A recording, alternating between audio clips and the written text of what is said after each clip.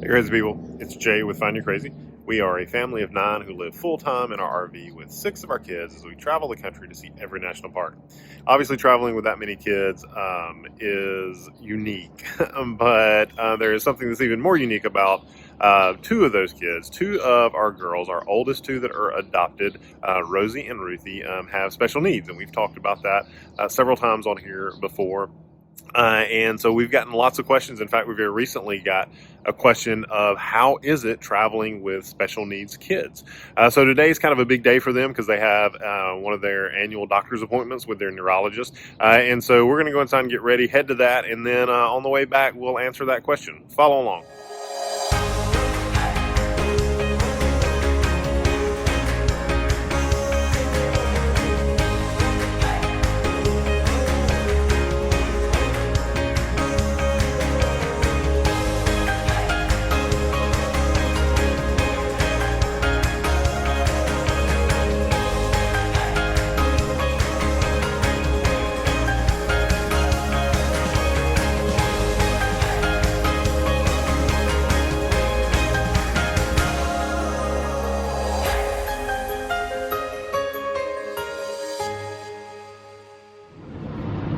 Okay, so we just finished up at the twins' neurology appointment and it was fantastic. We really enjoy these visits because it's so wonderful to see how the twins have grown, really all of our kids as we have those well visits, and that's what we're doing when we're kind of back here at our home base. We're just kind of catching up on everything, making sure we're all ready for our next launch out. And so it's always good just to see how they've grown, how they have been thriving. We know that, but it's great when our doctors are able to speak into that and give us some good suggestions and just really kind of celebrate what has been going on with them since we saw them last. And so that happened today, and so it's a big thumbs up, and they're doing fantastic, and just tweaked a little bit of meds and getting some things going as they're growing and they are maturing, just kind of getting those things ready for the future. So that's what we did today.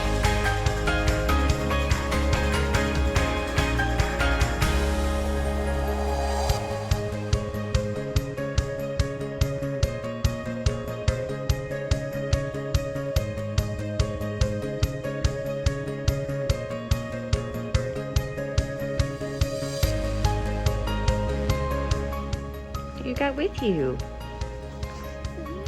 Mickey Mouse. Rosie, who do you have?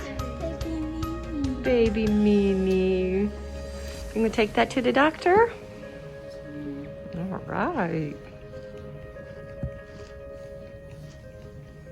So we're just going to answer that question of what is it like traveling with children with disabilities, and just how we have managed that and what we've learned on that. And so how do you think it's been? Yeah, so just to answer the question, I mean, how is it traveling with kids with special needs? For us, it's been great. I mean, quite frankly, there was a lot less issues than what we thought there would be going in. I mean, honestly, they have done off the charts better than we thought. We had some concerns about just that transition, that irregularity of routine that comes along with RV living, the extreme of what we were doing from a physical standpoint, on hiking and traveling, and they have done over and above better. In fact, it's been an amazing fit of a lifestyle for the 2 of them, even with their special needs. And one of the things I think you learn when you have kids with special needs is that all kids have unique needs. Yes. And so there were things that we did specific to each one of our other kids to prepare them for this. And so when you got a kid with special needs, there's just a little bit more to do. It's just additional needs. And, you know, obviously, as always, special needs, every child is unique within that realm of special needs. And so we're speaking to, you know, what was specific for our girls with their special needs. And we talked about this a little bit before, but, you know, I mean, the major parameters of their special needs are they have epilepsy, so they have prone to seizures, and then they've also got delays, and so they operate on about a 5 or 6, 7 range age level, and so that's their kind of special needs that we had to navigate. And so it's been great, but I think part of it's been great because we put in a lot of front end work before we ever put the tires to the road, so to speak. So we had a few things that were the deal breakers. And so when this kind of came about, we had a list of people that we wanted to kind of talk with us about. And our first tip would be to talk with all those people who are involved in your child's care, no matter who that is. So whether your children have special needs or not, you need to be talking with their doctors. You need to be talking to any therapists or teachers, those people that have been working with your children and those that you want to draw upon their expertise as you are traveling. So it's important to put everything on the table, to be upfront, because they need to know what your plans are so that they can help you navigate this safely and effectively for your children. And that will help everybody to thrive, because if things do happen on the road, it is important that everyone know exactly what's going on so that they can help you and help the children to do exactly what is needed for them and to give the best advice possible. So very quickly, the first people that we talked to were their therapists, speech and OT. We also talked with their neurologists, we talked with their neuropsychologists, and we also talked with their pediatrician. And so we really put all that out on the table. We held nothing back, and we also allowed those team members to speak into our adventure. And so we don't just want to tell them exactly what we're going to do, but we want to ask good questions, get good advice, because you are a team. You need each other, and it's important for everybody to work together for it to be a great experience for everybody. So I would say our first tip is that we got the information to them very quickly, like as soon as we even started thinking about it, and we allowed them to speak into what they thought, was this a good idea or not, and how can we best begin to prepare. Now, you know, if you've been watching our channel, we prepared a year in advance. And so even though everybody didn't know, our therapists and our doctors knew right up front. So it was something we talked to them very quickly about because we wanted their input. So I would say that is crucial to traveling with any children at all, but especially children with any type of disability.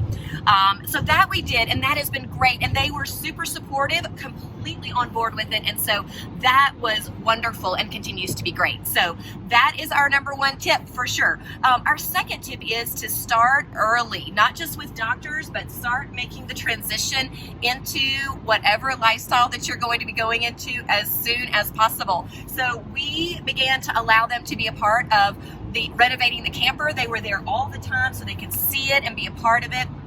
Then we had lots of shakedown trips where we would just go for weekends or we'd go for a week. We did as many as we could so that the kids would be ready for that space. They would be familiar with where their bed was going to be. They would know what to expect, where the bathroom is, where the kitchen is, and snacks and all that. And so that's just really important that they know how the routine goes and also what to expect, because change is hard for all children. And I would say this applies to any child because change is a challenge for all of us, but primarily children. And so just allowing them to be as familiar with the space, as familiar with their toys, their bed, and also as familiar with the type of routine you're going to kind of have or lack thereof to kind of get them used to that. So I would say that was something that was really important to the transition, which is one of the questions that was asked specifically is how did you transition the children? And that is how we did all of our children. So yes, some of our children have special disabilities, but all of our children needed help. All of our children needed special attention in their own special ways to make this change doable. Some were concerned about certain things and some were concerned about others. And we really needed to tackle all that. And time is your friend. I know you're excited to go, and we were too, but time and preparation really will pay off when you are traveling with children, because it's just difficult for them to leave all the things that they know and move into a totally different lifestyle. Especially children with special needs, because routine and them knowing their boundaries is all really, really important to them. Yeah. And so the nice thing was, because we kind of done that work, you know, hanging out in the camper, working in the camper, taking the short trips, by the time we left for our, you know, full-time experience, they already knew, like, okay, what's my bedtime routine here? Where's my pajamas at? Where's my blanket? Where are my loveys? So good. They knew all that, and so it was just kind of falling into a new habit rather than just it being kind of a turning on the cold faucet and just a big shock. Yes. one of the other tips that I would say that I did while I was home, just preparing for this, even before we told the kids, what I began to do is I went to the Dollar Tree and I got different containers that we were going to be using in the camper, and we began to downsize even before the kids knew we were going full time, because we didn't tell them up front. We kind of let this be a process, so we didn't overwhelm them with everything, and we still had a job, and we still just needed to kind of figure out, make sure this was going to work for us. And so I began to downsize their toys, began to put them in the containers that would go into the camper, and then that way they knew exactly where their toys were, they knew exactly what containers were theirs, and they also understood that it was going to be smaller than what they were used to at home. And that's a huge deal, because toys are important, especially to children with different types of cognitive issues. There are a lot of things that they're just used to playing with, and the toys that they love, and so it's important for you to begin that process even before you leave at home, making it as similar to the RV lifestyle at home, so that when the change happens, it's just one less thing that they have to deal with, for sure. And then the other thing is just to not let fear grab you.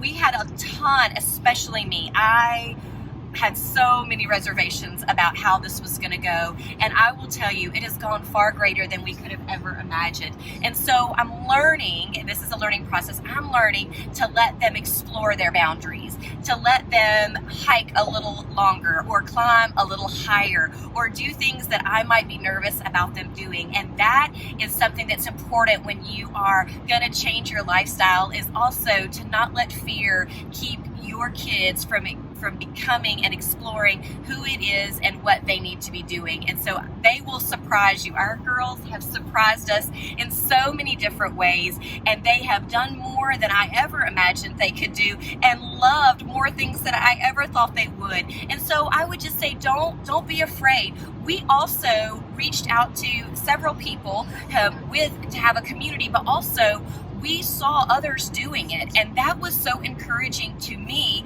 was watching and talking and listening to other families who are already doing whatever it is you're doing, whatever change you're making, and getting a community where you are, even if that's a virtual community, a YouTube community.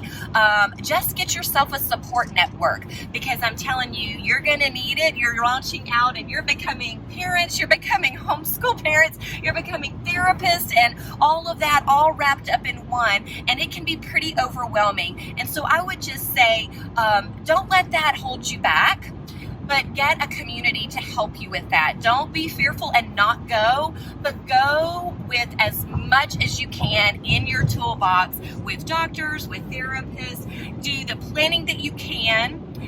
Grab on to any advice that you can. I love that that's why somebody, actually commented and messaged us. And that's why we wanted to share this, because community is vital, especially when you're stepping out of the community that you have into a little bit of a virtual community, away from those family and friends that you're used to leaning on in difficult times and challenging changes. And so, but don't let that hold you back. Just be proactive. Go forward with as much information, as much planning, and then just enjoy the journey. Don't hold back. Don't be gripped with fear, because there is so much that these kids can bring to your journey, and just absolutely. I really think RVing with kids with special needs is one of the best way to get them out there. I think we've kind of found that, is because, like we've done Disney and some things where like we just packed everybody in a car and went to a hotel, and honestly, being in the RV is so much better for kids with special needs in a lot of ways, because you can equip your home base like you need it to. Like, that's a good we point. We don't really necessarily have That's a lot true. of specialized equipment, so to speak, in the care of our special needs girls, but some people do. Yeah. And the beauty of that is you're not having to carry that in and out of a lot of hotels. Like, you can set up your environment in the RV with everything that they need for their care, everything they need for their comfort, and it's right there every night. That's been great for us. Again, for us, that was just a lot of routine and stability, but for people that have kids with more special, profound needs, that can be a real deal breaker, is being able to just go somewhere for a 2-week vacation versus taking an RV somewhere where Right. you've got everything you need right there. Yes. Oh, making it so specialized. That is such a good point. I'm glad you thought about that because I hadn't thought through that. And another thing in that same vein, people ask us is, what do you do about medication? What do you do about those kind of things? And I will tell you the best tip that our pharmacist gave us is making sure you transition as much as you can to pharmacies where you're going to be. And for us, that's Walmart. And so just making some of those choices early, talking with your doctors, talking with any type of insurance or anything like that, and just make sure that you understand. Because for us, one of the cool things that happened is sometimes we are we're a lot of times out of our network. And so we found out from a tip from a pharmacist is that what we can do is we can ask for a different calibration of the medicine that they're on, and out of pocket it goes from $150 for one type of calibration to $11 for the same medication, just in a different calibration of the pill. And so if you just make sure that you kind of do your homework, talk with your doctors, they will work with you to make sure that if you're out of network and you need to just grab something, you don't put yourself in a situation financially or for medication that you're not prepared. So I would say you do need to do a bit of homework to not only outfit your rig, but make sure that you've got the things that your children need. You have the team set aside that you need to make this successful. And that goes back to the very first one, is just making sure that you're honest and upfront and that you have the good conversations that you need to equip yourself to care for your children in the best way that's possible. Things are going to come up, but the more that you can be prepared, the better it is. And that was just a simple conversation that really has been a game changer for us. And I would suggest that you talk with pharmacists, you talk with doctors, because you'll be surprised at how you can manage all of that. Monthly medications. Our therapist gave us, our OT and speech gave us all kinds of things to do on the road. They were so excited about this adventure. And so they will work with you so that you can do all the things that they had at home. You can manage much of that at home yourself. And that has been really great to kind of be empowered to be more involved in my children's care and take more ownership of that while we're on the road. And when we get back, they'll step right into those and they'll go back to the wonderful therapists because they're so amazing. But they have given us the tools that we need, and that is been really, really helpful. Can you think of anything else that has made it more? We can't think of anything right now, but if you have any questions, if there's anything, number one, if there's any tips that you have for transitioning your kids, whether they have any disabilities or not, into a new lifestyle of any kind, we would love to hear that, because we certainly are only talking about our experience, but you've got lots of advice too. So share that in the comments, because we would love to hear that, and I would love to get any type of advice that you have. And also any questions that you have about that, we would love for you to message us. Facebook and Instagram, we're on that, and so that's a great way to message us if you want something more private, but you're also welcome to leave it in the comments.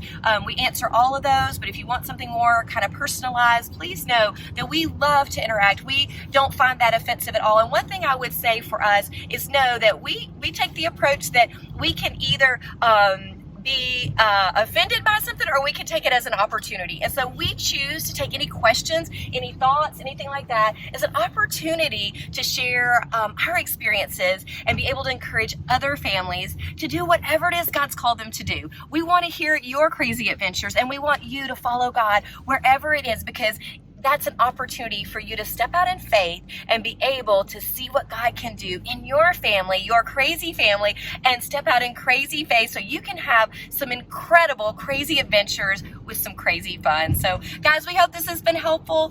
Carols, can you say goodbye? Can you say goodbye? Bye. Bye, you guys. And don't forget, if you haven't subscribed, go ahead and click that subscribe button, and you can go on all of our adventures with us. And if you haven't liked some of our videos, just let us know if this has been helpful, and we will see you later.